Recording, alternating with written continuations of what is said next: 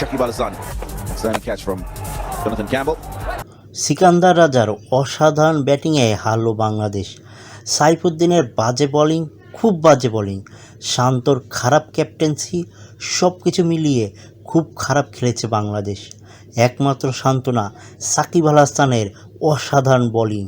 Toss জিতে Zimbabwe আজকে বোলিংয়ের সিদ্ধান্ত নেয়। ব্যাটিংয়ে নেমে দ্রুত 3 উইকেট হারানোর পর বিপর্যয়ে পড়ে বাংলাদেশ। 6 ওভার শেষে 3 উইকেটে মাত্র 33 রান তুলতে পারে বাংলাদেশ। এরপর অধিনায়ক শান্ত এবং অভিজ্ঞ মাহমুদুল্লাহর ব্যাটিংয়ে ঘুরে দাঁড়ায় বাংলাদেশ। শান্তর 28 বলে 36 রান এবং মাহমুদুল্লাহর 44 বলে 54 রানের অসাধারণ ব্যাটিংয়ে ঘুরে দাঁড়ায় বাংলাদেশ। সাকিব আল হাসানের 17 বলে 21 রানের পর জাকের আলীর 11 বলে 24 রান এবং সাইফুদ্দিনের 4 বলে 6 রানে জিম্বাবুয়েকে 158 রানের টার্গেট দেয় বাংলাদেশ। জিম্বাবুয়ের মুজরাবানি এবং বেনেট 2টি করে উইকেট পায়।